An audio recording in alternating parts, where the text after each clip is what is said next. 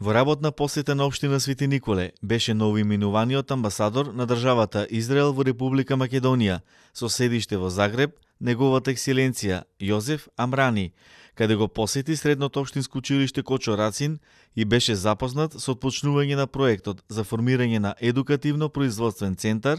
за производство на градинарски култури и на семенски материјал. Свети Николе како прва општина во Македонија ќе ги искористи поволностите од реализацијата на овој проект, каде земјоделците од општината и ученици од средното училиште ќе бидат обучувани и практично ќе бидат запознати со искуството на израелците во современиот начин на земјоделското производство. Проектот, кој ќе трае 3 години, е финансиран од ЦИНАТКО, Агенција за меѓународна соработка при Министерството за земјоделие и рурален развој на Израел, во соработка со владата на Република Македонија.